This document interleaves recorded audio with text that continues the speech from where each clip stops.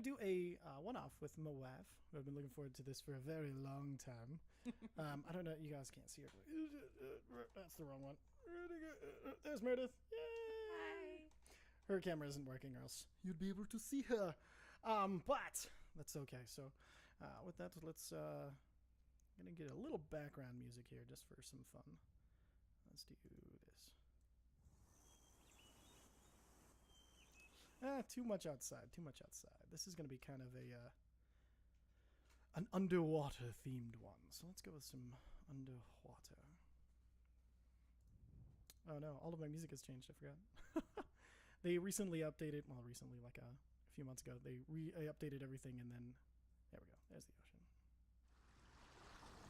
So, about today. There we go. And we're also going to be running Meredith through a little refresher course on how to play D&D online through Roll20 and D&D Beyond.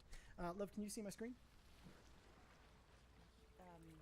Just looking for yes. music. Okay, yes. So I want you to go into your D&D Beyond. And then select Unawatalei. Okay. Like this? Yes, yeah, perfect. All right, so hold on, I have to refresh because... Here we go. And I made her nickname Murdiff because I'm funny. No, okay. So, as far as like when I ask you when you're in combat, this is when I think D&D Beyond is going to be the most useful because you see this actions tab right here.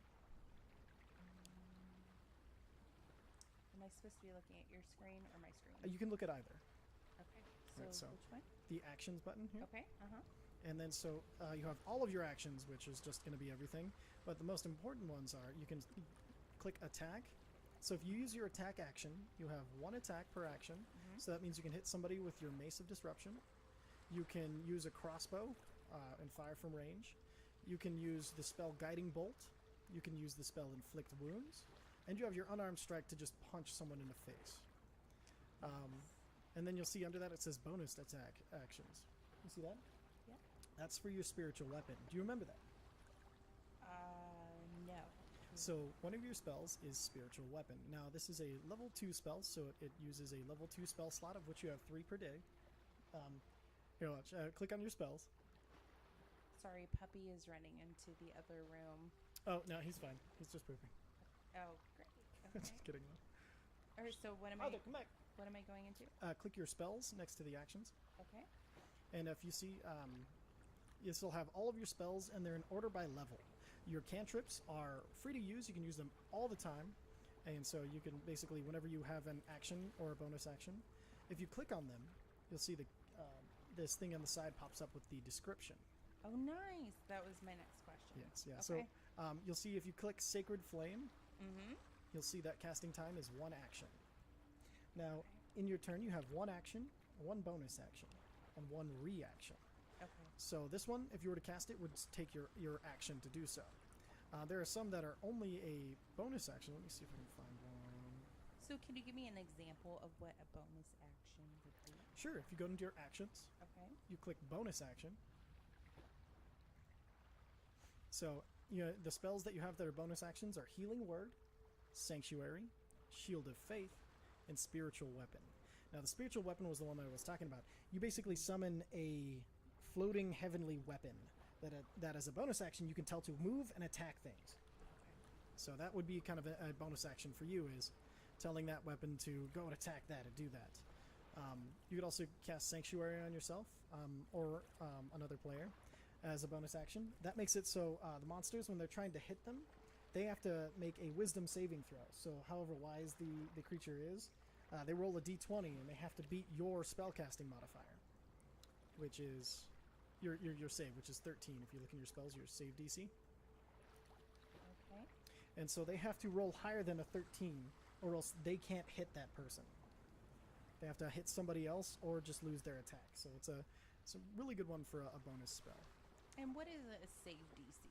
So save so save can be any different type of thing. So like dexterity saving throw is my favorite because the dexterity saving throw is something's happening and you're trying to jump the fuck out of the way. Okay. So like the most common example is the fireball spell. It hits this big area, but you have to make a dexterity saving throw if you're in that area. Now if you make it, So say that the DC of the spellcaster is 15. If you make that saving throw, you take half damage from the fireball because you were quick enough and nimble enough not to take the full brunt of the blast. If you fail that DC, so you roll under a 15, you take the full amount of damage. So it's basically your character trying to save themselves from something. So like a Constitution saving throw would be testing your Constitution. Might be something like poison. Okay. Yeah. Okay. And then, so that's kind of what that is, a little bit. Can't say that I'll remember everything in the moment. Oh no, and that's the point of like getting into. It's impossible to remember all of this stuff out of context. I just wanted to run a quick thing for you. Perfect. And then you also have reactions. Okay. So your reactions are when somebody does something, you can react to it. So like an opportunity attack, if you're wailing on somebody and they try to run away, you get a one last smack at them before they get out of your attack range. You also have the feat Warcaster, which means you can cast a spell that has a casting time of 1 action, so most of your spells, and target only that creature. So, like, say somebody's trying to run away, instead of whacking them, you can be like, Sacred Flame, and light them on fire, with holy power. Awesome. Yeah. And so, those are your reactions. So your actions, you can choose a spell, you can attack, or you can use your Channel Divinity. Now, Channel Divinity is a priest and paladin thing, but if you read yours is Preserve Life. You can use your holy symbol to restore up to 30 HP divided amongst any creatures within 30 feet of you, up to half that creature's maximum hit points. You can't use it on undeads or constructs, but you can use this once per day. Or twice per day, I think. Yeah, twice per day. So when you use that, basically you have 30... So say somebody like is being beat to crap and they're really wounded, you're like, bam! Instant 30 health points. That's a big... So I get one of those. You get 2 of those per day. 2 of those. So you get 2 Channel Divinities. You can choose either Preserve Life, that one up there, or Turn Undead. So if there are a bunch of undead coming for you, you can basically make each undead within 30 feet of you. They have to make a Wisdom saving throw or run away. If they're under a certain power, like say they're just like a basic zombie, they get obliterated. Okay. So perfect. So that's kind of like an overview of your actions. Unawatalei is pretty badass. And so I think that's kind of everything. Oh, I want to tune your Mace of Disruption. We should talk about what we're drinking. Oh yes. I don't really think it's nothing special tonight. Mine's not special. It was a Malibu and Coke Zero vanilla, and I'm just getting a nice old dirty martini in there. Yeah. Yummo. Mm-hmm. All right. Now, in roll 20, Yes. you'll notice if you on the right-hand side, you'll see there's a bunch of different things at the top. Oh. All right. And this one is the chat log. So whatever you roll, whatever anybody says or rolls in thing will show up there. And which one? I'm sorry. The very first one. The very first that one. That chat log. The second one you won't have to worry about. So you can go right to the third one that looks like a newspaper. All right. That'll have all of the handouts that I've given. And so you'll notice there's Player Characters tab that you can open, and you can open Unawatalei's character sheet from there. So that's where you're going to be, once you decide what you're going to do, you're going to go to this character sheet and you're going to click it. Now for your spells, you can either click them, if you go to your, it should be changing right as I clicked around. Okay, so you can either click them from this middle column right here to cast your spells, or you can go to the spell page and cast them from there. You will have to keep track of your spell slots. Luckily, if you see on this page, they're broken up into different levels. So your 3rd level spells, you have Beacon of Hope, Revivify, Spirit Guardians, and Wall of Water. Now, Wall of Water is a racial one, so it doesn't take a spell slot, so that one you can ignore. But when you use any of the other ones, you'll have to reduce this number, so it's down to 2. So because if you spend one, so you'll have to keep track of your spell slots when you cast a spell. So, and this might be a dumb question, but for my spells, so obviously one is, beginner spells. Yeah. 2 is probably intermediate.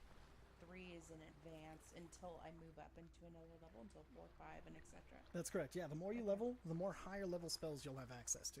Okay. And some of them get knuckin' futs. Okay. Perfect. Okay. And so what's core? What is that? My core? My basic. That shows your basic sheet where you can. So you see, there's a saving throws box. So Walter, I swear to God, get out of here. Walter Kitty is wanting attention. I don't know how he staticked the microphone up. That was interesting. So, let's see, everything's still okay. Good.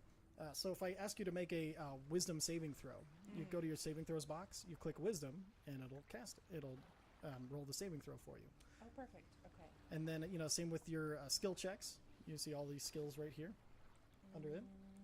Now, if I ask you to make a straight check, like a straight Constitution check, you just click the One more time for skill checks. I didn't. for skill see check. If you see under your saving throws, there's that list, and under at the bottom it says skills. Okay, got it. Yeah. So I'll ask you to like. So if you're doing a skill check, what would I be doing? So for a skill check, like I'd say, can you roll a medicine check for me? And then you'd click medicine. And then I click medicine. Okay. Yeah. I'll tell you. I'll always tell you which one to roll for now. Okay. And then yeah. So that's kind of the basics of this sheet. I don't think we'll get into much of the other things. I did put a bunch of, like, if you're curious about any of your channel divinity or any of your extra stuff, and you don't want to switch over to D&D Beyond, I did put it in the bottom right-hand corner of your sheet, so you can kind of go over that. Great. Perfect. Alrighty then. We are on the ocean. I'm going to put that on repeat. All right. So with that, are you kind of... Making me feel like I'm at a spa. It should. That's kind of how I want to open this, actually, with that kind of calm feeling, because this, so, all right, get back into it. When last we left Unawatalei with you, she had just finished the Orc Vision quest with the other group and had found herself in a new town.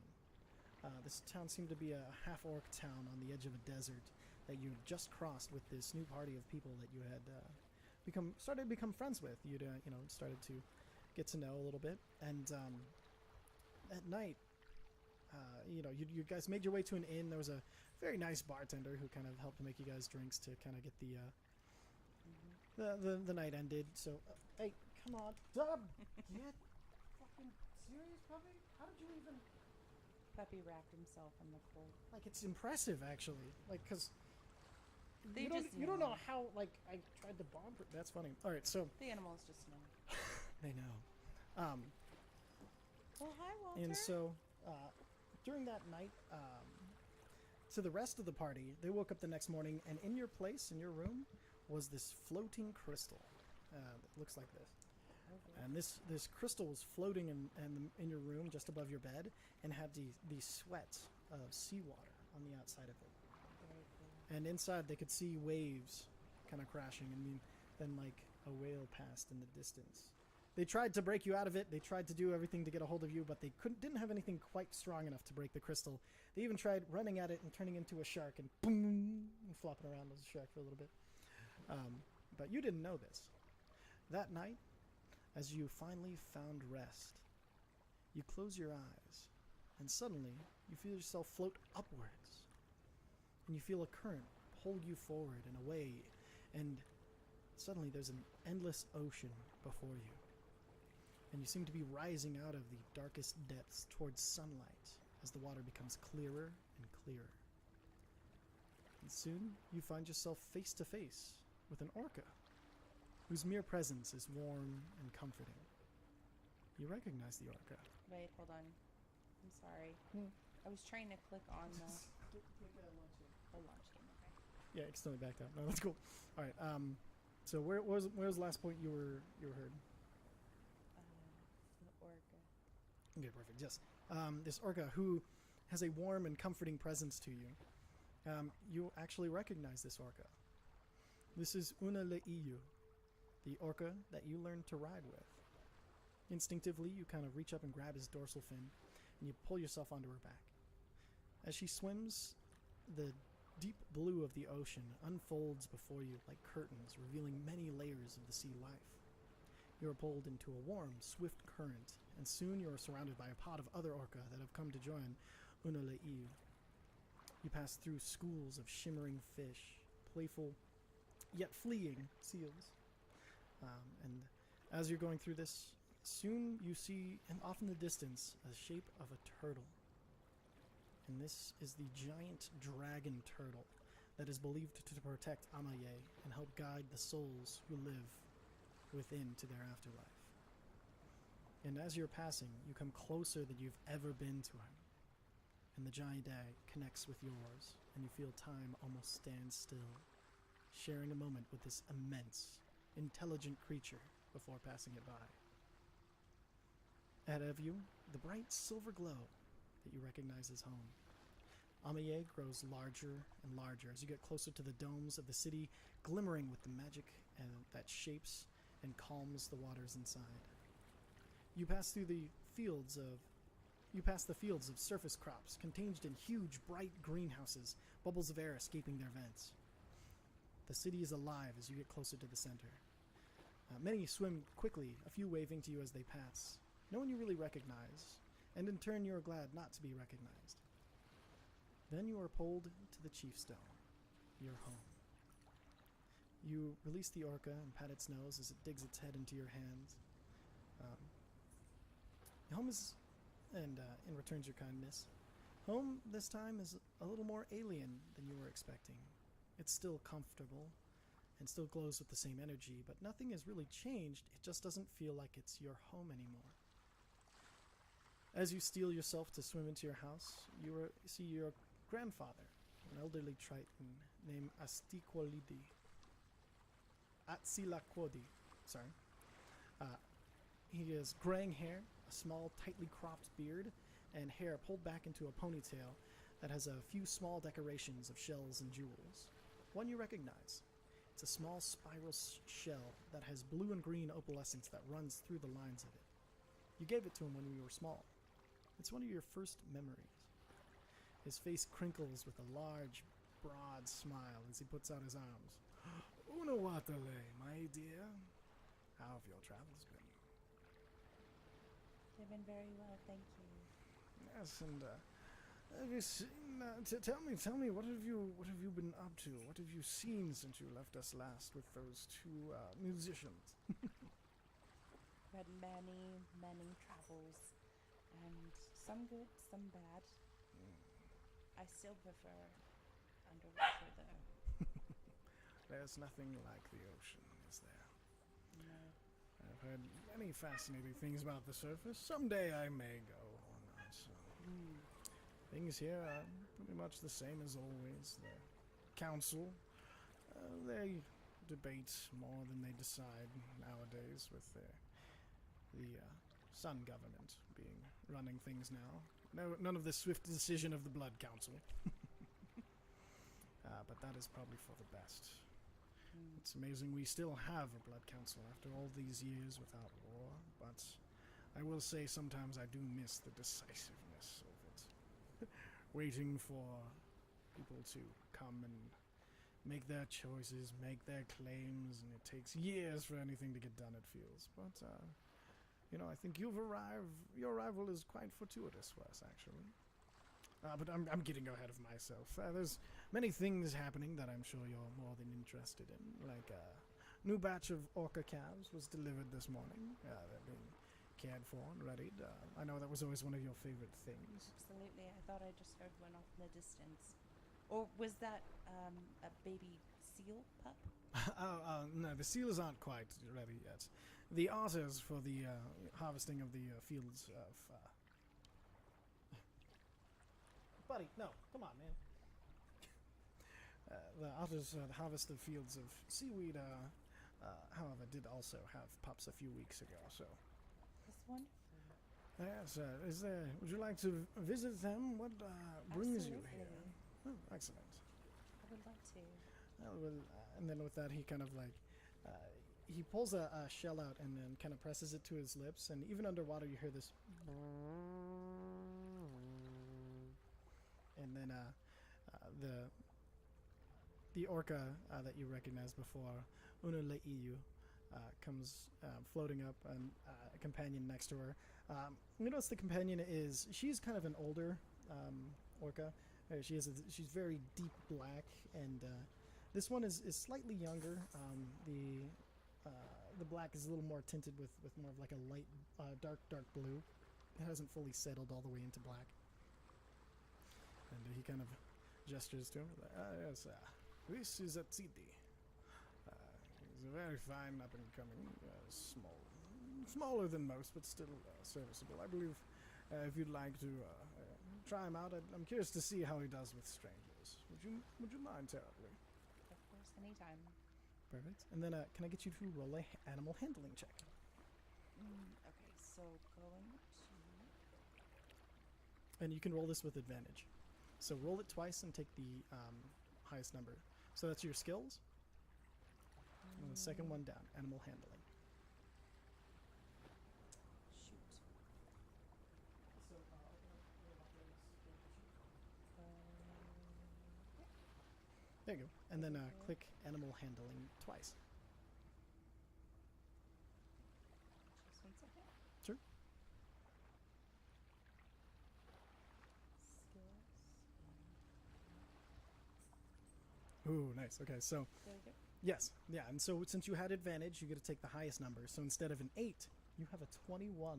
Ooh. And so with that, as you kind of reach out, instead of approaching timidly like you don't know, you confidently kind of float towards this newcomer, and you reach out to him, and Atsadi, and you kind of reach over to him, and you pat his head, and he seems very nice and receptive to you as you confidently get on the back of him, and kind of you steer orcas mainly with your legs, so you just kind of give him a nice kick, and then he's off, and you start following your grandfather as he takes you through the city.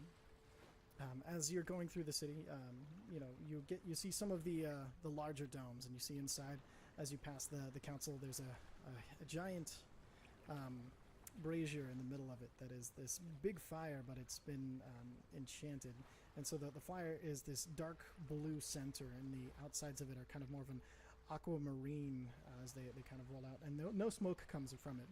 But around it, there are, instead of tables, there's a bunch of individual chairs that kind of surround it. Each of them, you see, the inner circle is mainly this older Triton, all sitting around talking about something you're not quite sure.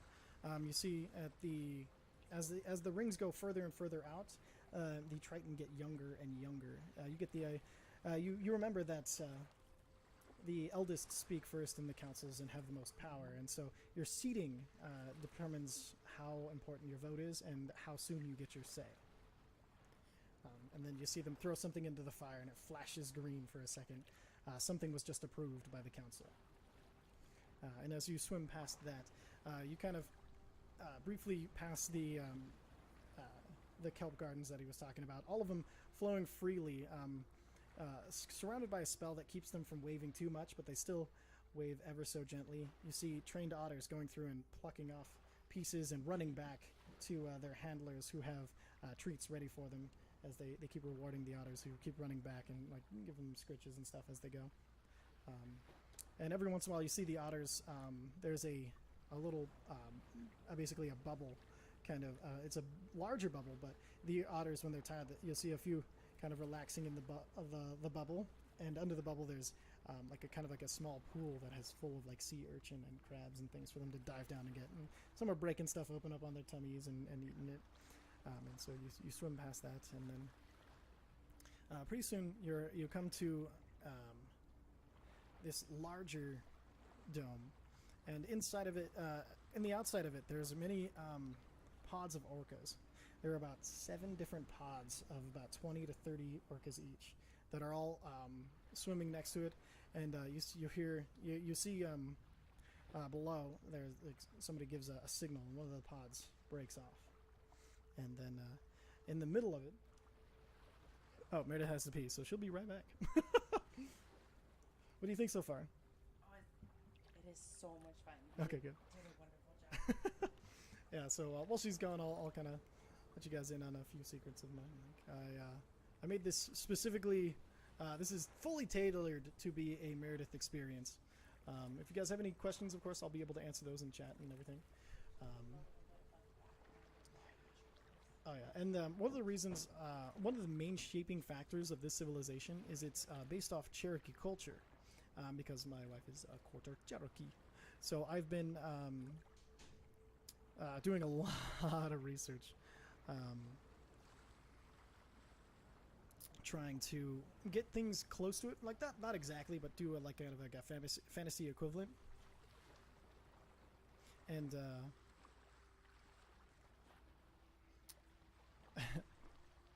sorry, sending out a text. And then tried to do kind of like a fantasy equivalent of it, and also include all of the things that I knew she would really enjoy. Oh, hey, Mockery, what's going on, dude? Or should I say Vice Air? Yes, yeah, and so I based a lot of it off of Cherokee society, and so that's why there is the instead of. So I renamed a few things like Amaye society. There's 6 clans, and we'll go through all of this stuff as I try to reveal more and more, little by little. But there's basically 2 different governments. There's the Sun government and the Blood government. The Sun government is kind of more like a peacetime with the Council of Grandfathers and things like this, which I've changed into just a Council of Elders. And so, like the concept of the seating arrangement for the eldest sitting in the middle first, and then everybody getting a say after that.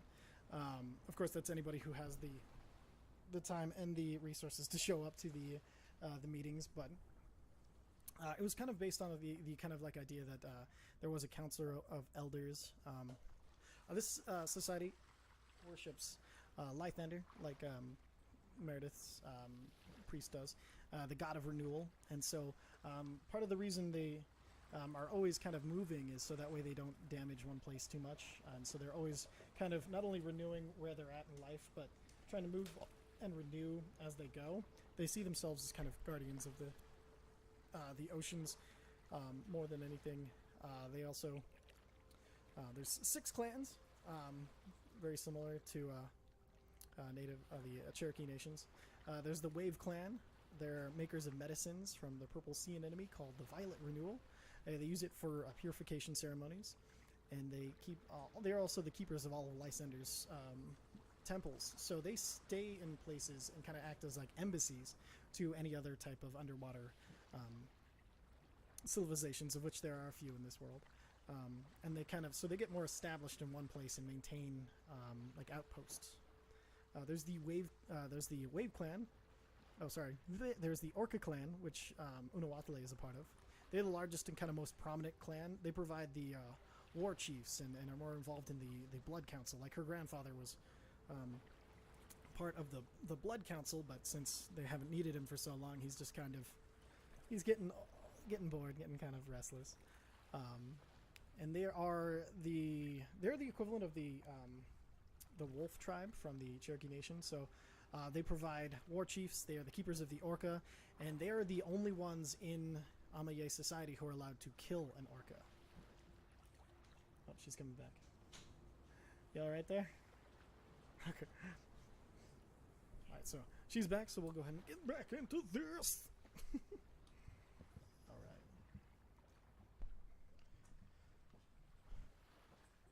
All right. You still here?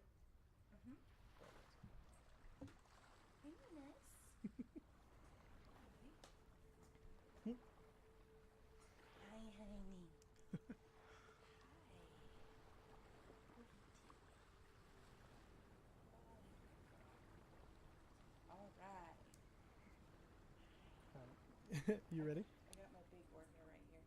Yeah, you did. She's so big. You know, it's getting gigantic. Okay, let's do this. And so, as you're passing the kelp gardens, your grandfather Atzilakode. I love these things. Like, I've been doing a translator. I love this. This language sounds so awesome. It is so hard to pronounce correctly for the record. Cherokee. Yeah. Cherokee is incredibly difficult. Yeah. I think his name means eldest loved one, but I'm not positive. Mm-hmm. And so as you're on your way, he brings his orca a little closer, and he's like, well, we've been seeing a lot more of Ekoyatia, and he points over to the giant the dragon turtle. And you know that means protector. Ekoyatia. And I'll go over these pronunciations so you can play them later when everybody's asking you. But yeah, so it's Equa Agatia. I'll make up a handout with all the pronunciations and everything for you. And he's like, he's been watching over us more than usual. As the leader of the Blood Council, that always makes me slightly nervous. what do I know? I'm just an old man who's waiting for a war that won't come. And he kind of gives you another big smile. The sun is hitting everything right now, so everything's kind of more turning kind of like a greener color as you guys are, as the city itself is moving and passing through kind of like this large patch of. No cap. No cap. Oh my god, my brain has just lost it. No. You know the Seaweed. plankton, Oh, plankton. not plankton, the green ones. Kelp. No, they're microscopic organisms. They absorb sunlight. Oh, algae. Algae. Yes, a big kind of like swath of algae kind of tints everything green as the city's passing through it. But you come up on the orcas, and in the middle of these pods and everything, there's this one kind of very open, but it also has kind of it's a dome that has, this is the only one that has like nets kind of around the outside of it. The nets are held in place, by like these built poles and everything to kind of keep everything where it is. And you know that this is where the orcas are trained, and so like this is where they're like the trained ones give birth, and then they are trained in. And you also know that being part of the orca clan, if there are any that are like that go crazy or insane and just can't handle it, it's only the orca tribe may kill an orca. No others in Amaye society are allowed to. And so you swim down with with your grandfather, and you kind of as you guys walk up, you see this younger, just like a year or two younger than you, this Triton female. She has the same color like blue skin as you, but her hair is kind of more of a purple, and it's purple, but at the end it kind of like fades to a white. And she kind of like waves as you come up. You notice she has this arm patch that's kind of almost like a full pauldron, and it's the only thing that you'll ever see in Amaye society that is made of orca skin. And this one you can tell is of a very like old orca, and you know that part of the responsibility of the orca tribe is to help release the elders. And in order to become a trainer, part of the ceremony is helping release an elder into the next world. And so you recognize that as her official. She may be young, but she is definitely experienced and knows what she's talking about as far as these orca go. As you walk up, your grandfather kind of waves, Gola, it is good to see you. I hope we're here to see the pups. And she kind of smiles, like, of course, this way. And, one of the privileges of being Orca Clan, right? She gives you just kind of like a jovial wink. And she kind of leads you over. She's like, well, we've got pretty much all of them out so far, but there's still one who's struggling a little bit with her Which one? her birthing. It's Unega over here, and she kind of gestures you over. Now, this orca is fairly large, but young still. Has more white than most orcas. Like her eye splash is really big. Her belly is much more white. And in fact, Unega means white, and so she's got much more white than other. And you see, she's kind of struggling in the water a little bit as both Gola and another handler. This one is a male, kind of are like rubbing her head and trying to calm her down as she's in the fits of pup birth, calf birth. Make a medicine check for me. Again, with advantage because you're part of the Orca clan.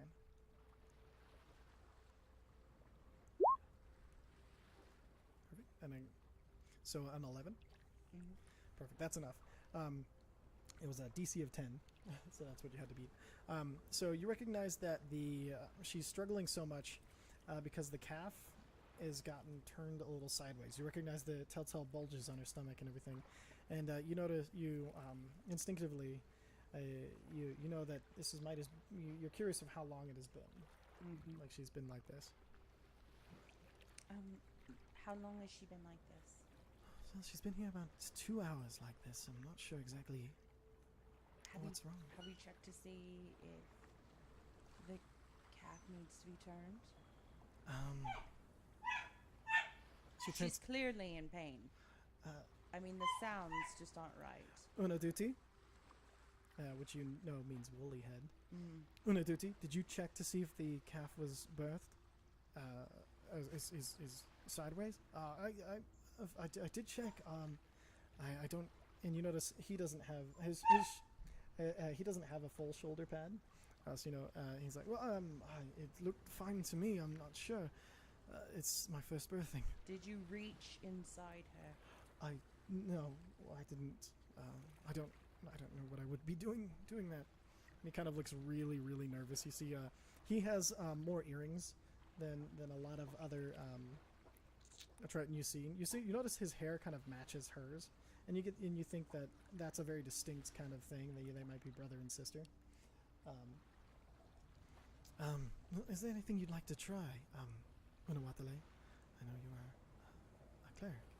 Mm-hmm. I would. What do you want to try?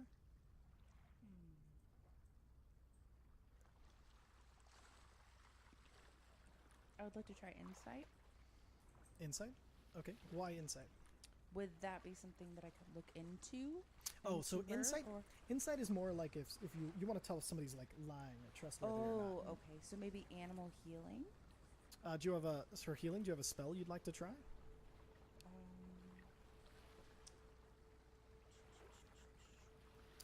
As far as skills go, you can use medicine. You can use a nature check. You can do. Oh, here we go. You do athletics or acrobatics to try to pull it out. To try to pull it out. Let's try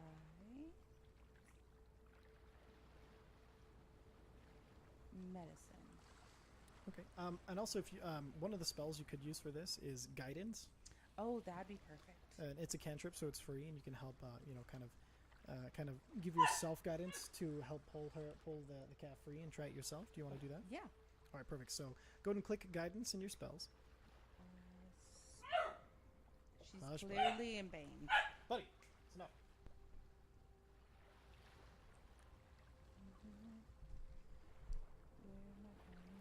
It's in your cantrips up here.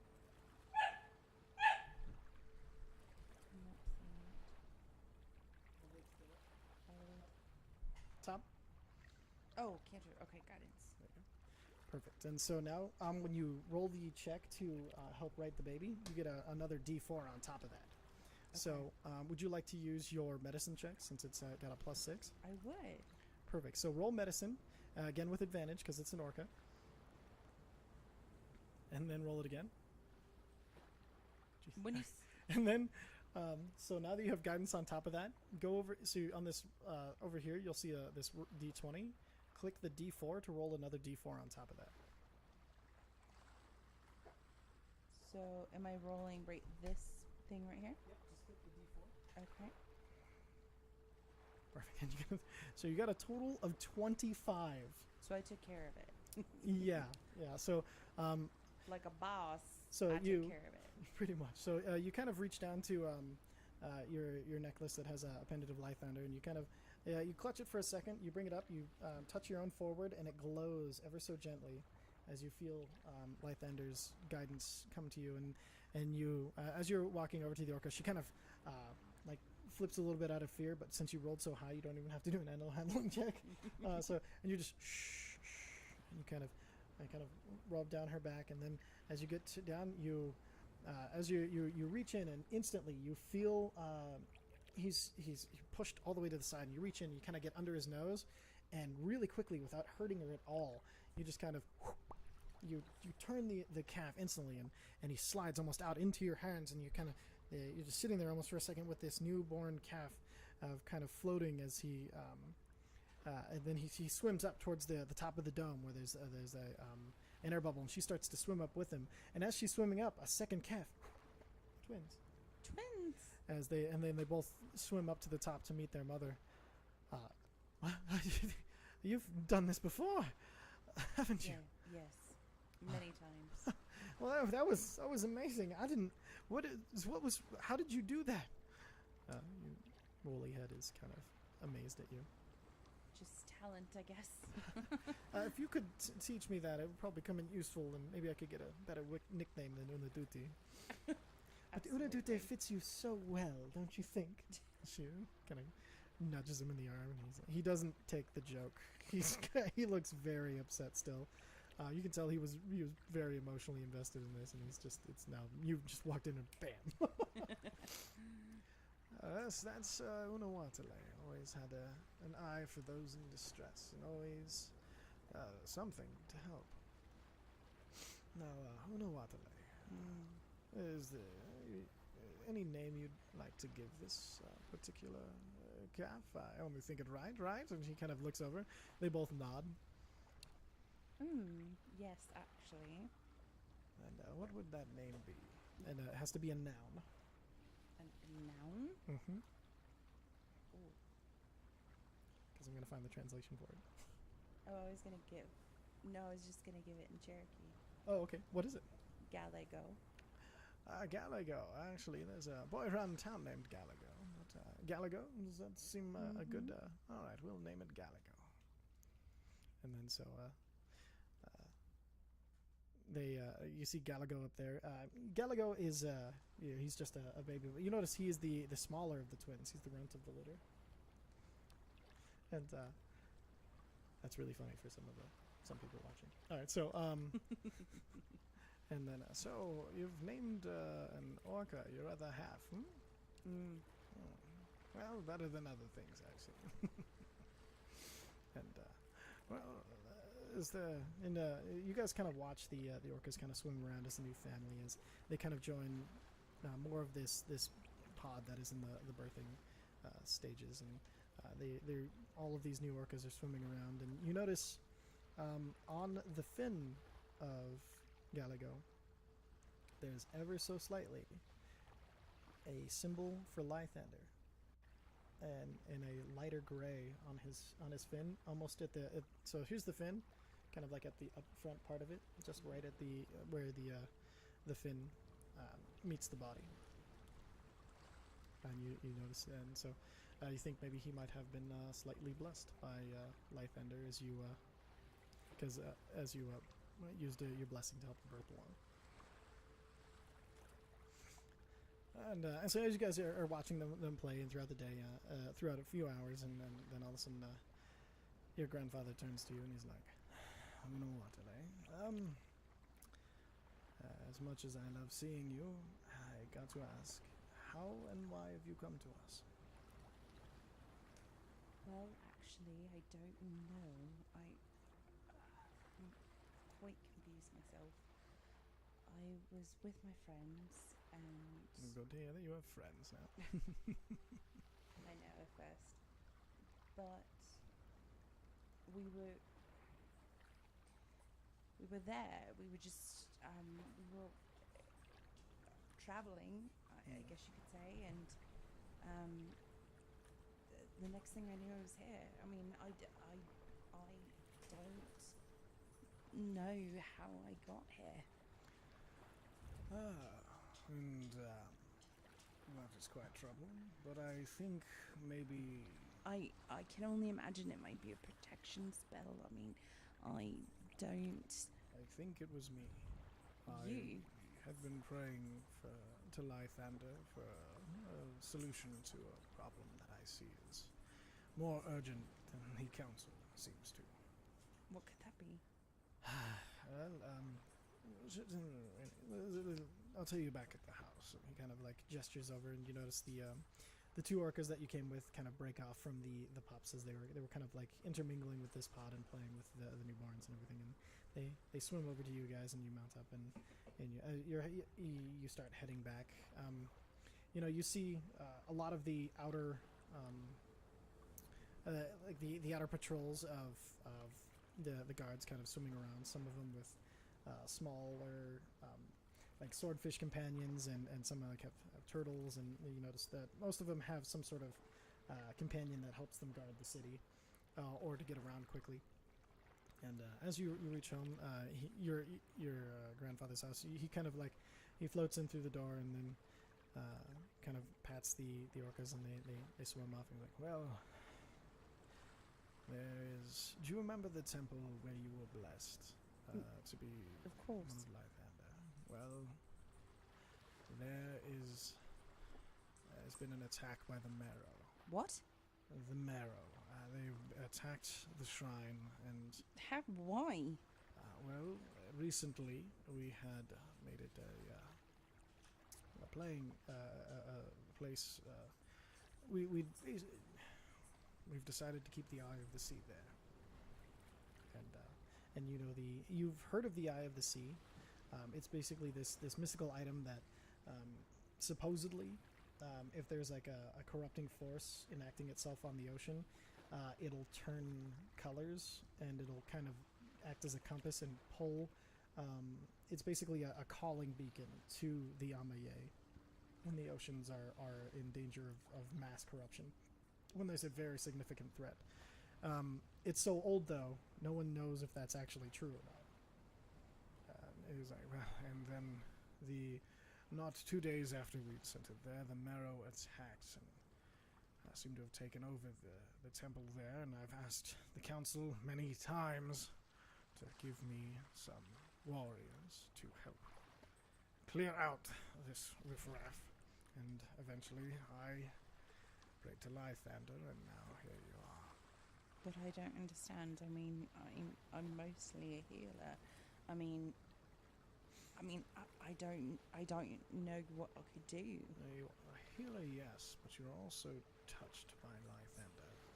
You are one of his chosen, it seems. And I think that he brought you here for... And at that point you hear a knock at the door and stuff. Yes. It's my house. He goes and I thought I'd answer the door for you. It's fine. Sorry. It's quite all right. And then as he opens the door, you see another Triton standing before you. He's got this kind of this armor on. It's a chest plate and a shoulder pad. All of it kind of this deep dark green, and the emblems of the city on both the chest pad and on the shoulder. He's carrying a trident in one hand, and his hair is kind of like a seafoam green, and it's about shoulder length, and it kind of starts to float up a little bit as he enters the room. And he's like, "I'm terribly sorry. I could not convince the council. I asked many, many times, and I even sat and waited my turn in the entire ceremony, and was just to be shot down at the end. I'm so sorry, Atsila Kordi.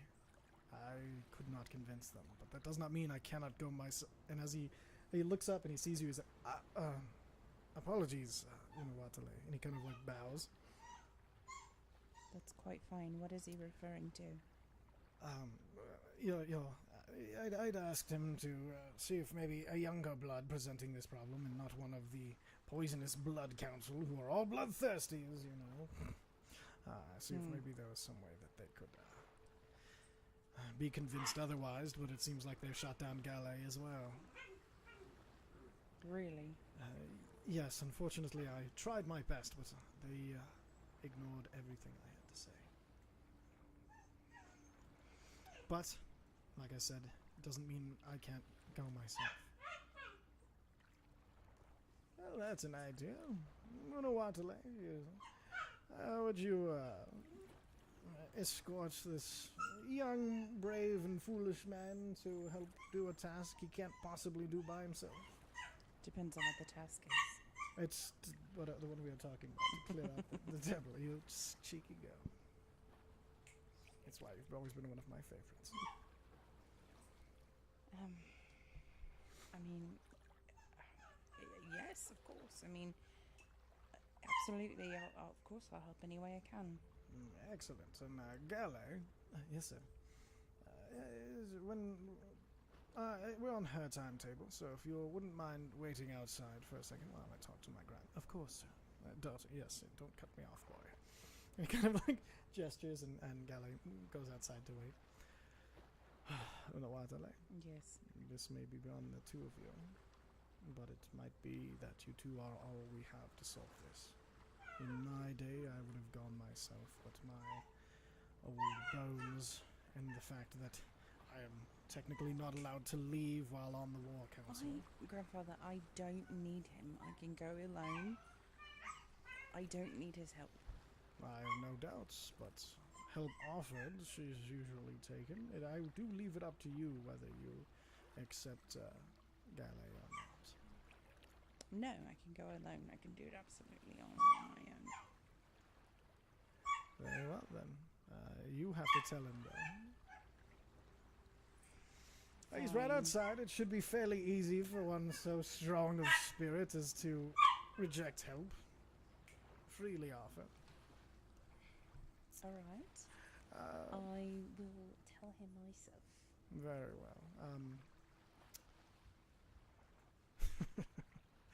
Yes.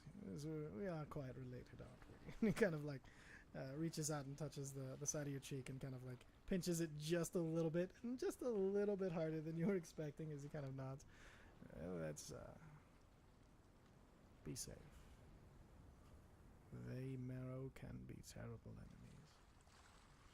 And I don't know how they've gotten to the point where they can even overthrow a temple of ours, let alone so easily. Be very careful, my dear. I will. Alright, go crush the boy's heart.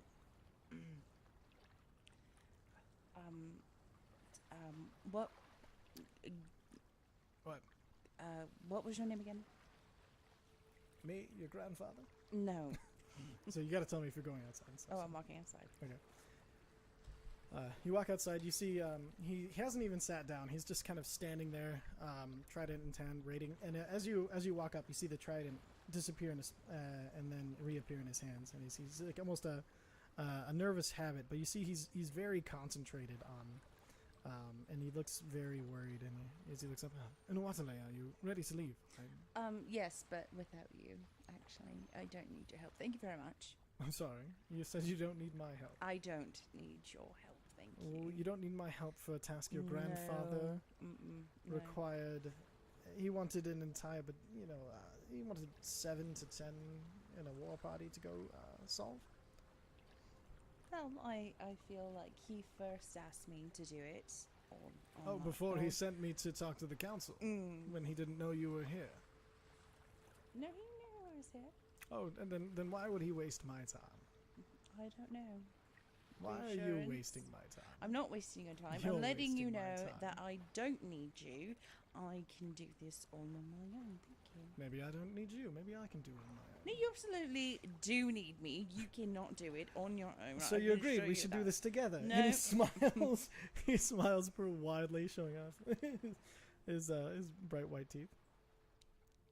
So, do you always try and get your way with that smile? Not always. Do you always try to get your way with that stubbornness? No, I always get my way with my stubbornness. And you know what? I won't stand in your way of going alone. I just happen to be going alone near you. If you must. I did make a promise, and that is why I must.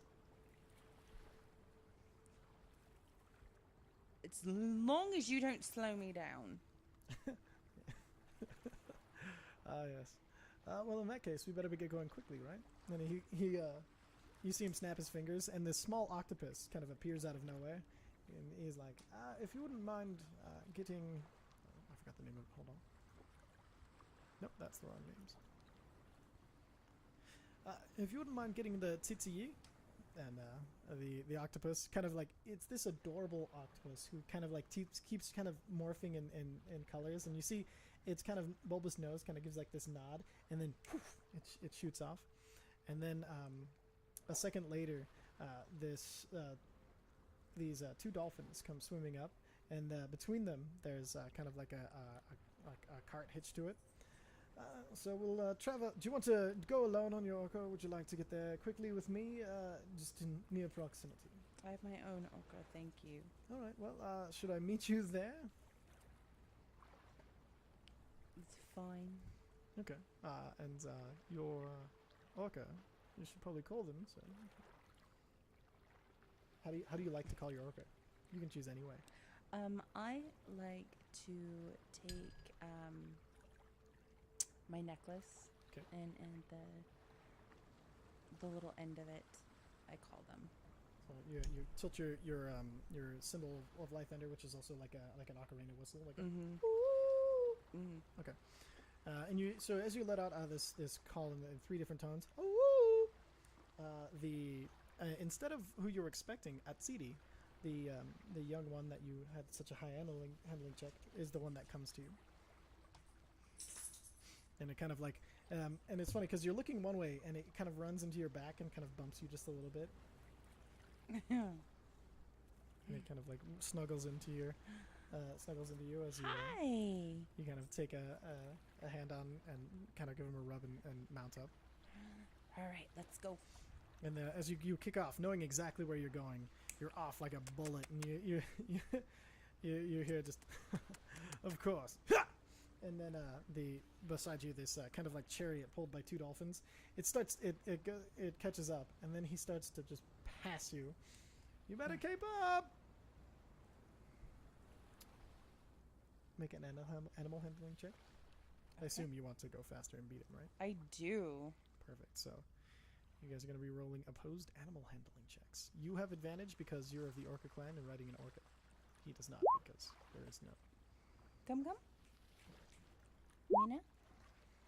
He rolled a 1. Oh. And so, like, as he's kind of laughing, one of the orcas kind of like starts like throwing its head around and just like kind of fighting him. He's like, "Wait, no!" And then as he's doing that, you right past him on your orca. You kind of give him one of those, catch up, and come on. And eventually he gets everything righted, but you beat him by quite a lot. And as you're coming up to the hold on, I wrote stuff down for this. And then as you come to this canyon in underwater, and you see the temple kind of like sitting at the opening of it in between. It's made of white stone with gold vein running through all of the pillars. It's a smaller temple, but you know it very, very well. And so as you swim up to it, you're kind of taken aback with a little bit of nostalgia because it's been so long since you've been here. I love this place. But then you start to feel it. Something's There's just not right. She's fighting with the puppy. You guys can kind of see it in the back.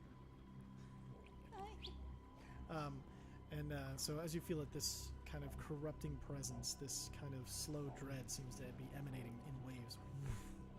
The first one, and then a second one. And right as Gally rides up to you, they come swimming out. You see 2 Marrow, these gigantic kind of half eel, half people creatures. Their bodies, their tails swimming behind them, coming straight at you. I want you to roll initiative. So if you're looking at your character sheet, initiative will be right next to your armor class in the center of the page. So click your token and then click initiative, and it'll get your roll. Am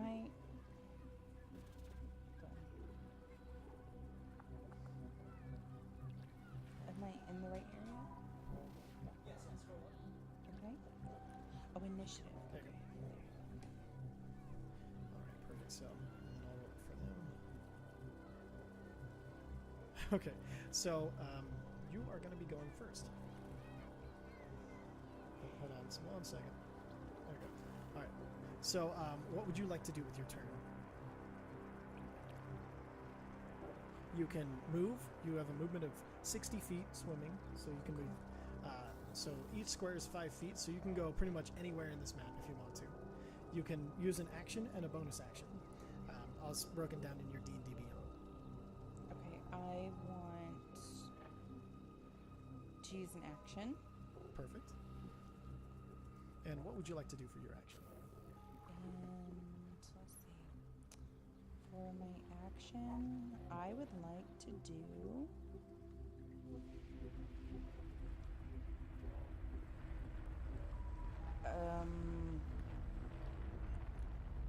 a crossbow light. Okay. Crossbow. Can I do that? You can fire your crossbow. Unfortunately, you're underwater, so you'd have Oh, to fire that doesn't work. Okay. with disadvantage. You do have your mace, though, if you just want to float up and whack him with a mace for an attack. Yeah, let's do that. Perfect. All right, go ahead and move your token. So click up to the select to move, and then move it wherever you want to go, and then roll, and then click your Mace of Disruption on your character sheet to make your attack. Okay. You're attacking this one? Mm-hmm. Perfect. So click that Mace of Disruption. I clicked it. Oh, 20? Yeah, that'll hit. Go ahead and click in the chat here, so you see this. Click that to roll the damage that you did. Okay. Let's see. Is it? I don't see it. So, like, literally click the word Mace of Disruption here. I literally don't see it. Oh, I see it. Just kidding. Perfect. So you do 6 bludgeoning damage as you reach out and you just as he's swimming up, you're like you bring your mace down on his head, wham, and you crack him over the skull. And you see he's like trying to shake off the attack that you just did. What would you like to do for your bonus action? If anything, you don't have to do a bonus action. Let's see. My bonus action. I would like to.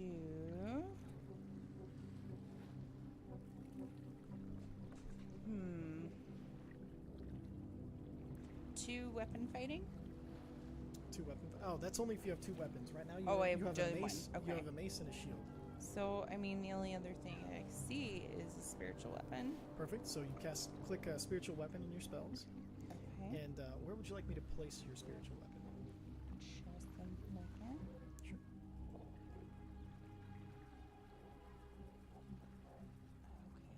Sure. Okay, so.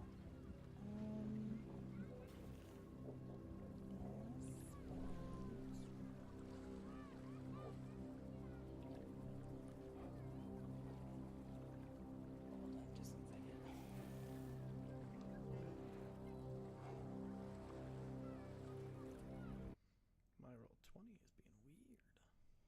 Okay, so what was your question? I'm sorry. Where did you want me to put your spiritual weapon? So you're conjuring up this weapon made of holy spiritual energy, and you get to choose a place for it. I always recommend making it directly across the creature from you, because then you get what's called a flanking bonus. So you can roll your attacks with advantage. So you get to roll 2 attacks and then take the highest die. Okay, so let's do that. Perfect. So I'll put him right here. Is this this glowing cutlass? Do I click him? Because I'm about to click him. Oh yeah, click it. Okay. Did I click it? Yeah, click it on your character sheet. I did. I thought I did. There it goes. Oh yeah, that's a critical hit, so it doubles the dice. So click the spiritual weapon, like you would do for your mace. No, you gotta click the... Here, I'll do it. So you gotta click the damage modifier. Oh, I have to go back? So, in your... So yeah, go back to that, and then scroll down, and then you click the spiritual weapon, the 26, because you rolled a critical. You'll click that, and that'll do the damage. And then it says cast at what level? So you have to cast it at least level 2. Okay. And so you'll have to cast it at least level 2. You can cast it at level 3 if you want to use a higher spell slot. I wouldn't recommend it for this early in the adventure. Okay. Let's do that too. Perfect. So 13 damage. As you bludgeon him, you kind of gesture with your other hand, and behind him this ethereal cutlass kind of appears out of nowhere and stabs into the back of him, and he's like as he's trying to fight getting stabbed in the damn back. Alright, and then so that'll bring us to the Marrow's turn. The one that you attacked is going, so he's going to make 2 attacks against you. He's going to make a claw attack, and that's 18. What's your armor class? What's my armor class? On your character sheet? It is armor class 18. Okay, so that just barely hits. So you take 7 slashing damage, and then he's going to try to bite you. but that's only a 15, so he can't make it through your armor with his second attack. So as you bludgeon him and he gets stabbed in the back, he reaches out with a claw and rakes your shoulder as you kind of, and then he comes in for a bite attack, and you just bat his face away with your shield. Next is going to be Galley. Okay. And Galley is going to... so he is going... so you see him kind of swim forward with the trident in his hand, and he kind of makes a gesture as his octopus swims around the back. And then he is going to, as a bonus action, cast Green Flame Blade. And that includes... so he's going to... that's a 28. That definitely hits. And so the... and then so as he brings down his trident on this, as he stabs it into this marrow, that takes 7 damage, and then this green fire leaps off of it and stabs into the one that you were attacking, and hits it. As this green magical fire starts to burn into him even underwater, and then he's going to make a second attack with the Sea's Judgment. 21 hits, and then for another. He does 17 damage with it as he stabs into the marrow that he's fighting once more. That'll bring it to the marrow that he's fighting. And the marrow, she disappeared because I'm an idiot. And that marrow is also going to do a multi-attack against him, so it's going to reach out with his claws. 24! Yeah, that hits. As that Galley takes 12 slashing damage. And then it's going to bite him. 10 misses as well. So, like, as it reaches out, it claws him pretty good, like, near his face, going up his neck. And as he backs away, it tries to reach out and bite him, and just ends up biting the shoulder pad. And then they'll bring it back to you. Okay, so it just ended up biting him in the shoulder pad. Yes, yeah, the second time. The claws, though, did get a good rake across his face for 12 damage. Okay. What would you like to do? I would like to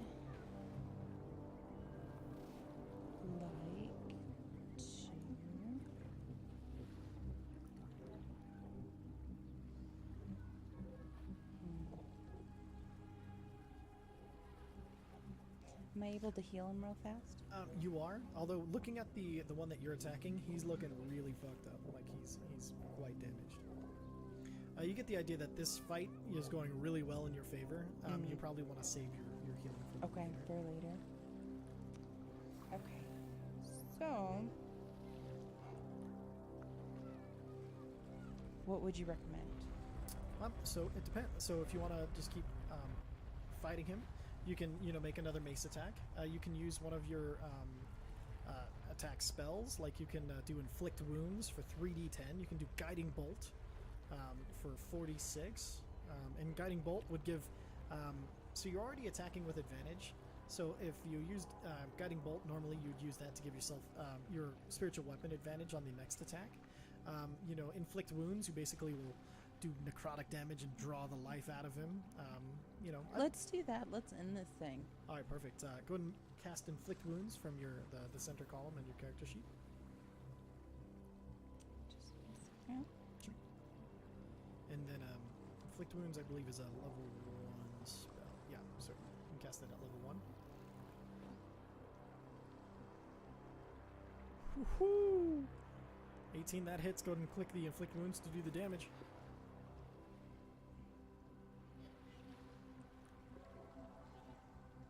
Do you remember how to do that? Mm-hmm. Oh, Jesus, good God! All right, and so you just bat his face away as he went to bite you, and so you just reach out and you kind of reach up, and then you feel this energy in your hand, and you just slap it on your hand on his forehead, and then you feel you watch him kind of like start to shrivel up as though he'd been like dried out in the sun for like 2 weeks as he just dries up into this husk as you let him go, and his dead body just kind of floats away as you ended that motherfucker. It would have been his turn next. You have a bonus action though still. You can move your spiritual weapon and have it attack the other one if you like. Absolutely. Perfect. And so go ahead and so do you want to move it? Go ahead and ping where you want me to move it. So do you want it here? Do you want it like over here? I want it right here. I do that? Oh yeah, you can move. And where did you want the weapon? Just all around. Okay. I mean, We'll put it there. That way you guys, Yeah. everybody has advantage. It's now looking real bad. Go ahead and roll an attack for your spiritual weapon. okay.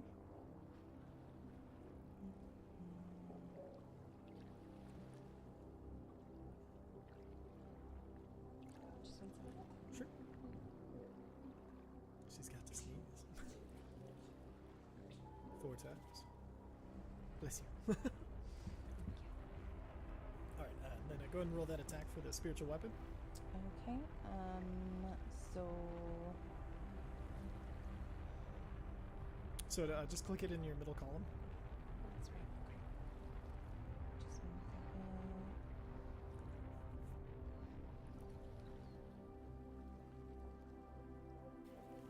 15 hits. Go ahead and roll damage.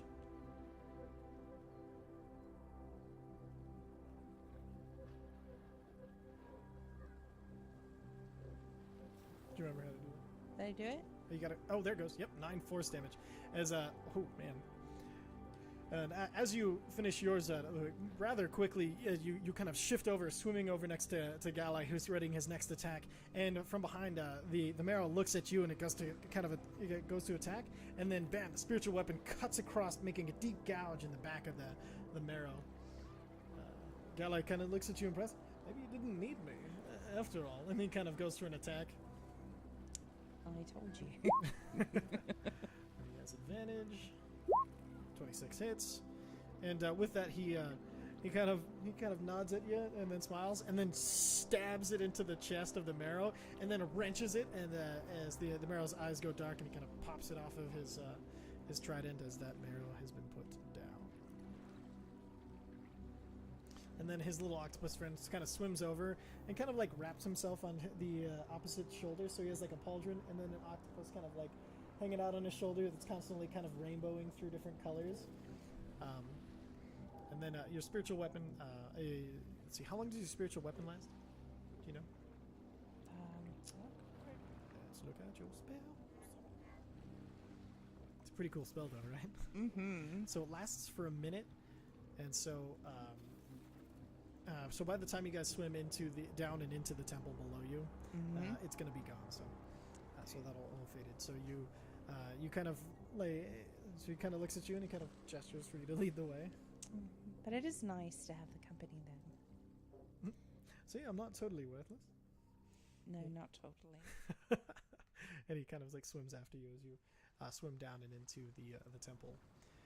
That weird, sickly feeling of corruption has now started to kind of permeate inside of here, and it's just feeling worse and worse. Something's not right here. I completely agree. And as you guys enter the temple, Make sure you go slow. Don't make any sudden movements. Okay. And you guys kind of both kind of walk into the drier airspace of the temple that is kind of set here. It's interesting because it's like coming out of the water, but then standing directly on this dry kind of marble floor. Go ahead and make a perception check for me.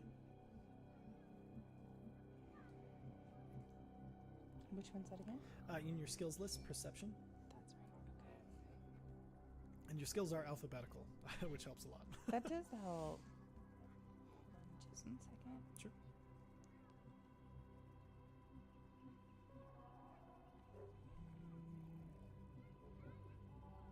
You said it's in my skills?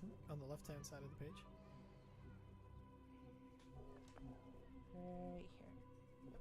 Going to click that perception. Okay. Did I do it? Yep, you rolled a 1 and a 3. Oh. So walking in, you're kind of, that sickly corruption feeling is kind of overwhelming a lot of your senses as you're going to go through. I'm going to make Galen make a perception check, see if he gets it. He has a -1 to this, so. But he critted. Of course he did. What did he do? He rolled a 20. He rolled a natural 20, but he has a -1, so he only got a 19. But that's enough. As you guys are walking forward, he kind of like sticks. Wait.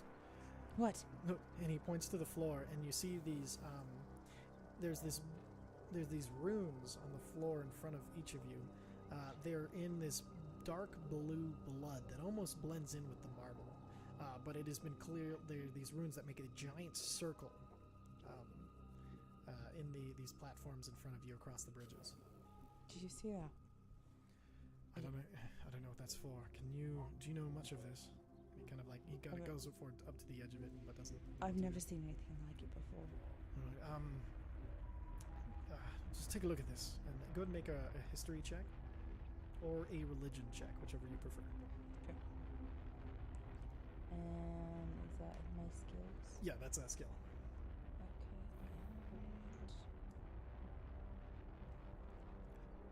Which one is that going to be in? So it'll be, you can either choose history or you can choose religion, whichever you prefer. Oh, I see. Okay. Yeah. Usually people make the one with the biggest bonus.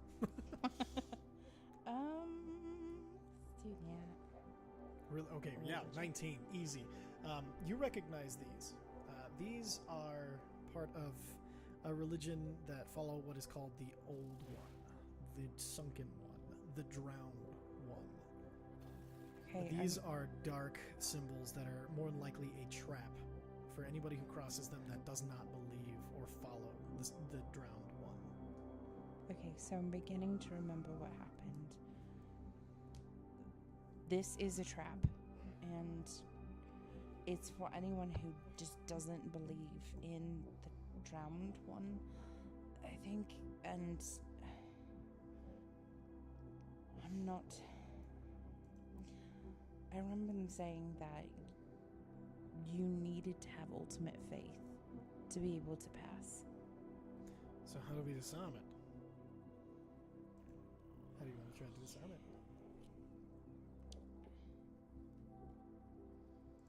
I want to use... Hold on just a second. Sure. I want to use...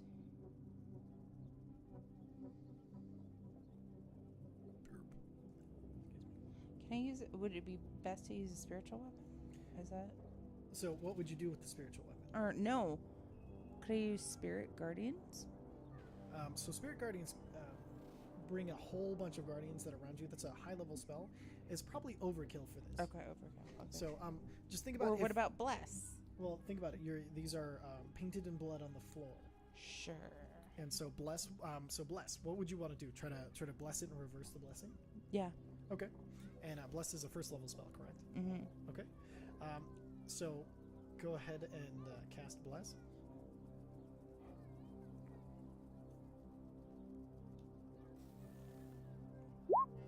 All right. So, and as you bless the ground in front of you, what do you want to do? Do you just want to reach out and touch it? Do you want to try to like mess up one of the symbols? What do you want to try to do with this? Now that you have the bless kind of readied in your hand. Move it? Can I like move it along, or Like, what do you mean? like, or bless it so it wouldn't hurt us? Okay, so try to reverse the runes to bless it. Okay, go ahead and roll a religion check for me. Okay.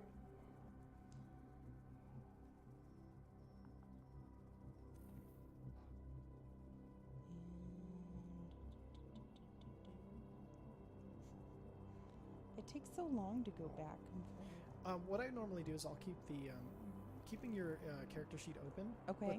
But then shrinking the window. So like, because I have two screens, I'm super lucky.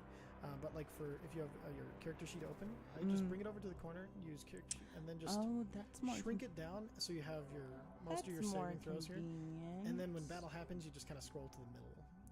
That's how I would run it. That's how I got used to running it recently. So what am I checking again? Religion. Yep. Okay, so Perfect. And then, okay, DC was 10, so you barely made it. And so as you reach down, the blessing kind of, you feel it kind of focusing into the center of your hand. And as you reach down, you touch the runes, and you see all of a sudden all of the runes around it start to begin to glow with this like kind of light blue. And for a single second, these tentacles reach out and they start flailing about. But before they can reach you or do anything, the symbols glow a deep red and then turn into a gold, and the tentacles disappear. And so you have cleared one of the circles. Galley kind of looks down at his. I think I'll come with you. He kind of comes over to you. His little his octopus follows like really close behind him, and as the octopus, he kind of like stops. The octopus like runs into the back of his head, and he's like, "Ulashadega, chill yourself." And you recognize this word as useful. Well, shall we? Yes. Do you want to lead, or do you want me to lead? You lead. Very well. Ulashadega, behind me.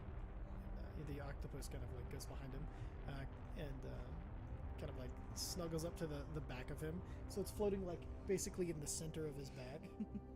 And you see, like, he's pretty adorable. And then go ahead and ping. So he looks to you for you to signal where you'd like him to go. So go ahead and ping on the map where you'd like Galley to, or Galley to check out.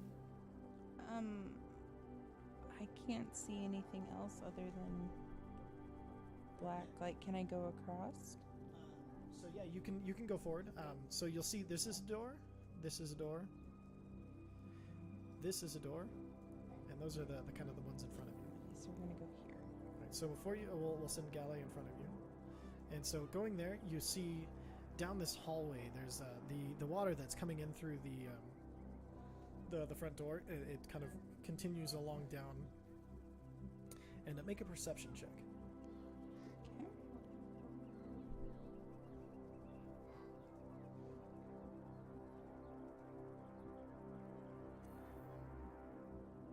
Perfect. Oh, you can turn off your advantage toggle. Hmm? So at the top where it says advantage, Mhm. just put it on normal. Oh, Perfect. Yeah, but the first one you rolled was a 20, so that was more than enough. Very quietly, you kind of distantly and off to the right from what you're looking at left on the map, you hear this clacking of claws, and you hear very faintly, "Thy thunder will strike you down if you do. Stay back, gods!" And we're on it. And you just hear this kind of like battle coming up to your right. Arm yourself. And with that, in a flash of water, his trident once again appears in his hand. He nods to his octopus, Ulashadega, and who is kind of floating in this ball of water. And he gets ready. Which way? Let's go left. You mean left on the map? Yes. Perfect. All right. So as he steps forward, all of a sudden you see him pull out his trident. And he readies it in front of him. Go and take. He'll go and step to here. Go and take one more step forward. And you see this marrow standing in front of this small hallway, and across the way another marrow gets ready to come and attack you. Go and roll initiative.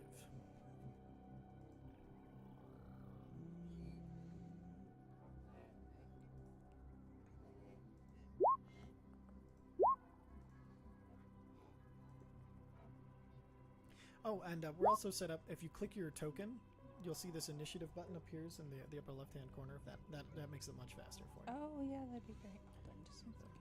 I forgot. That is a gift of our very own Jeff Hogan. So is it up here? Yeah, so once you click your token, so click her, you'll see the initiative button up in the left-hand corner. Ah.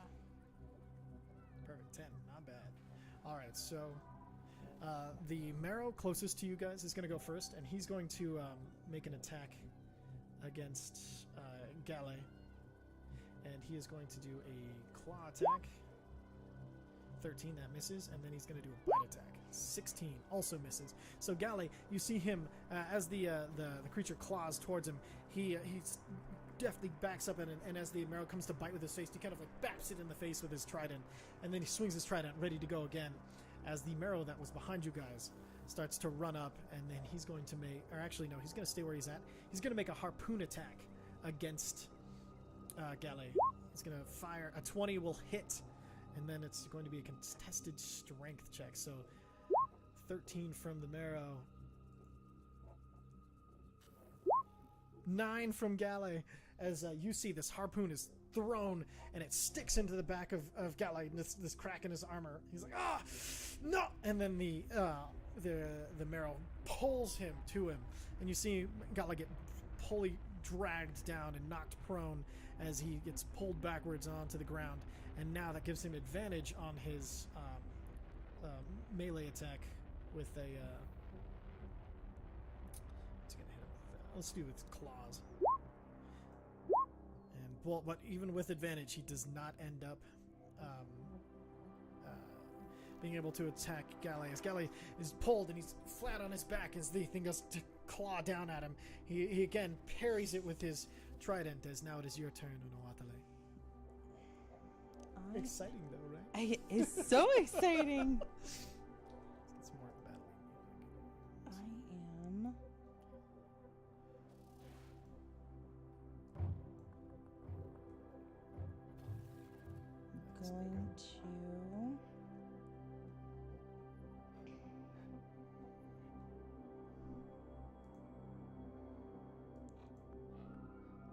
inflict wounds. Inflict wounds. All right. At what level? At level 1. Perfect. Go ahead and roll it. 21. That'll attack. That'll hit. Go ahead and roll the damage.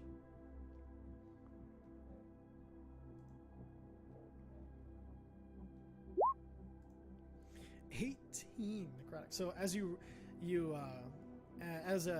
the kind of thing starts looking at, you just slap it across the face, delivering an inflict wounds.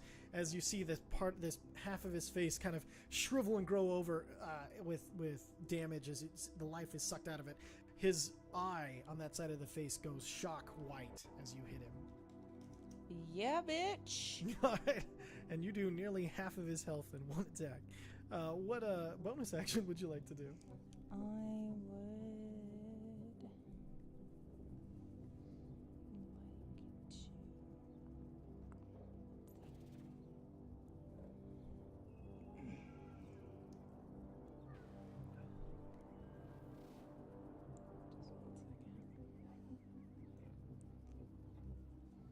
I would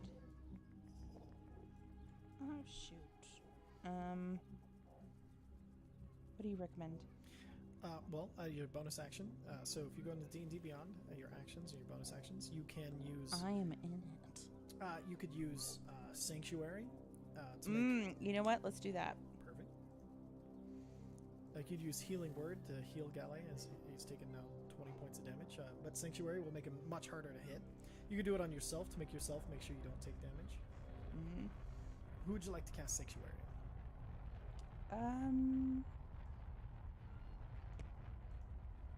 I don't know. Okay. I would recommend doing it on yourself. Okay. Just because you are still in combat with something. I did not think of that. I did not think of myself. Okay, yeah, let's do it. Perfect. So click the Sanctuary and cast it. Did I click it? Yep, perfect. And that is what level spell is that? It is a 1. Perfect. So make sure you mark off 2 level 1 spells since you used 2 this turn. And how do I do that? So in your spell list, you click the spell tab, you'll see level 1. You're at 4, so now you have 2 remaining. So when you click on the slots remaining, delete that 4 and put 2. Oh, slots remaining. Okay, I see. 2. Okay. And you can still cast first level spells at higher levels if you run out of That's first so level spell slots. handy. Right? This thing has been down to a damn science, and it's going to be Galley's turn, and he is pissed. He stands up and he's like, "This is enough of you," and he kind of turns to the one that stabbed him. They got a real good stab on him, actually. And he is going to cast... No, you know what? No, he's not going to do that yet. He's going to... That's enough out of you. And he is going to cast... he's going to cast Booming Blade. And a 27 does hit. And so as he hits the creature, you see this vibrating energy start like surrounding the creatures, and shit snacks. What the hell? Hold on one second. Okay, and so he takes 9 thunder damage instantly, and then plus the damage from the Sea's Judgment, which is his awesome trident. Sorry, and so another 17. And then he's going to do one more attack with the Sea's Judgment. 26 hits for another 17 damage. And then Gala used his the entirety of his half of his movement to stand up. So he's going to use the rest of it to he's going to move back over here to try to get near you. And that Mero's going to get an attack of opportunity with a bite. Just barely misses him as the jaw snaps shut behind him as he runs back to you. That'll bring us back to the first Mero's turn, who's going to try to attack you since you were the cause of half of its big major amount of its problems. So he's going to do a harpoon attack in melee. That's a 12. What's your armor class? My armor class is.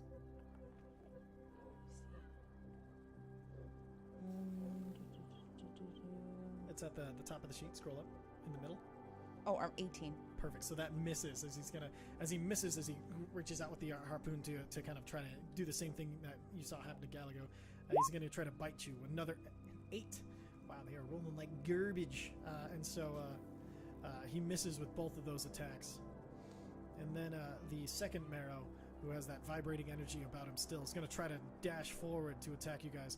And then you see the booming part of the spell attack, and you hear this boom as the boom as the energy goes off, and you see it splatter the inside of the Mero as you see his skin rupture open and his ears bleed out as he falls dead to the ground. That'll bring us back to you. We still have the other one left. Yep, there's still the one standing in the way of between you and the sounds you heard. Can I use blindness and deafness? Yes. Okay, I'll be using that. I wouldn't waste it on him since No? you can do so much damage to him. Since it's the two of you left, I would save your spell slots just because you two are gonna kick the shit out of him. Like, Okay. I would use maybe a cantrip that does damage. Let's see, what's your spells? Like maybe Sacred Flame or Word of Radiance or Toll the Dead. Okay. That way you don't have to waste a spell slot and you can still do that damage to him. Okay. Or you can just smack him with your mace. Your mace is Yeah, I was pretty gonna damn say, good. can I just do an attack? Hell yeah, hit it. Okay, so inflict wounds No, or just- no mace yet. Yeah, mace. click your Mace of Disruption. Mace of disruption. Where did you go? Where'd it go? It should be in the center column. I'm in it. Hold on, let me pull. Mace of disruption. Yep. There you go. Click it. Oh, a critical hit! Go and roll that beautiful damage. Bum, bum, bum. So click it, the Mace of Disruption. There you go. So 5, 4, another. So 9 damage coming out of that, doubled to 18. 18 damage as you bludgeon this thing right in the face. It is looking very rough, and you popped the white eye that you'd previously drawn the light out of. And that'll bring us to Galai, who's like, stand in the way and you will fall. And he just makes an attack. 17 will hit, and he just stabs it in the other eye, and then pins its head to the floor. And then he pulls the trident out. At this point, you're hearing, "Please, no, stay back." And then, what would you like to do now that you're out of combat? I'd like to heal. Okay. What would you like to use to heal? Let me see. And your sanctuary fades. Or no, sanctuary lasts for 10 minutes, right? 1 minute. 1 minute. Okay. So we'll keep it up for now, depending on how quickly you move.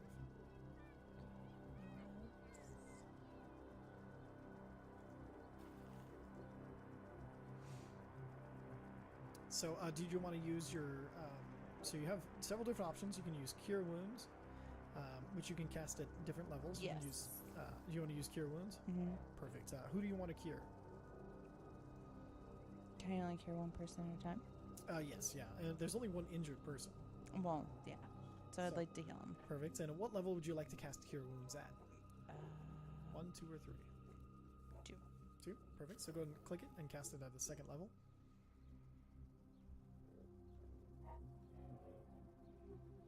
Perfect. So 9 healing. All right. So you reach out and you touch Galley on the shoulder, and he like looks at you suddenly, and then the healing comes through, and he's like, ah. You see some of his wounds close up, especially the one that was really concerning on his neck closes up. So thank you. Thank you. You're welcome. And then you hear once again the screams of "Guards, quickly!" And you see the this hallway before you to the left, to the west, I should say.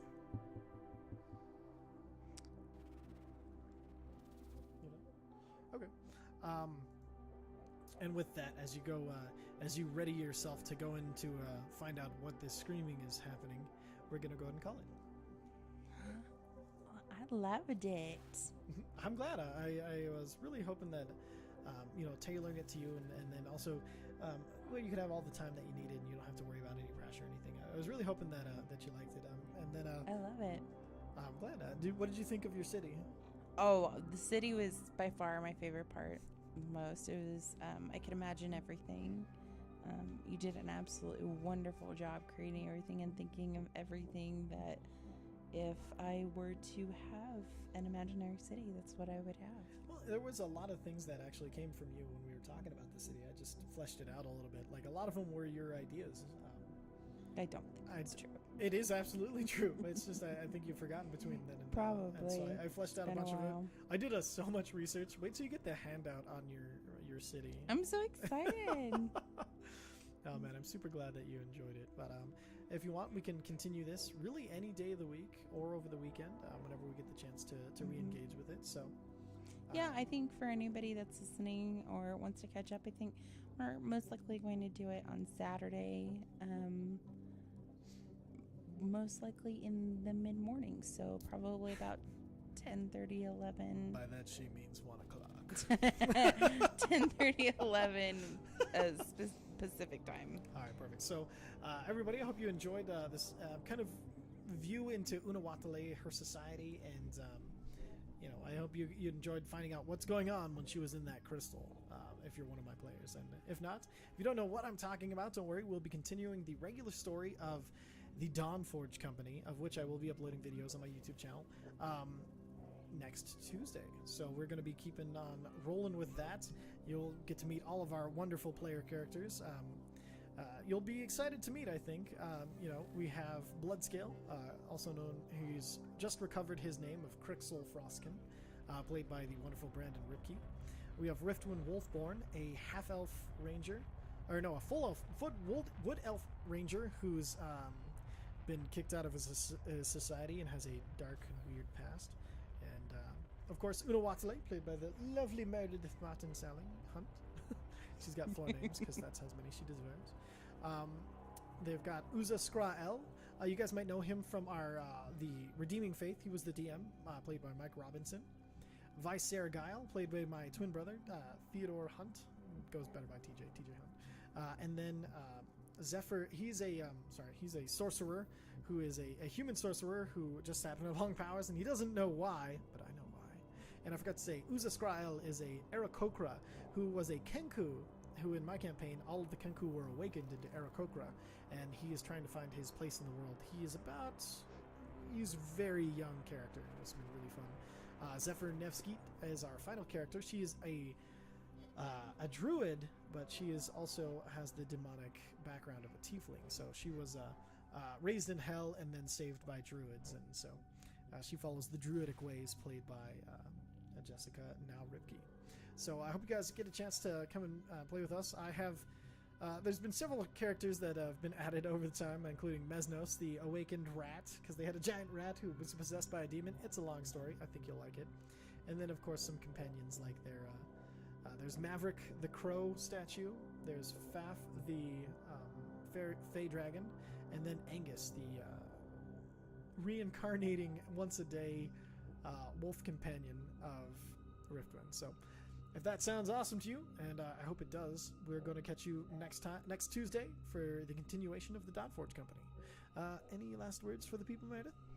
No, I just look forward to seeing you guys this weekend, and I hope you enjoy yourselves. And we're looking for any interaction or feedback or anything. Make sure if you go to his page, make sure you like and subscribe to his channel. Oh, man. And don't forget to click the bell so you can get notifications Oh, man. every time he does a new video. You are better at that than I am. I forget that part all the time. So thank you guys for watching. We'll continue the adventures of Unawatalei sometime this weekend. So we thank you guys for watching. Hope you have a beautiful day, and yeah, thanks for riding along. Bye.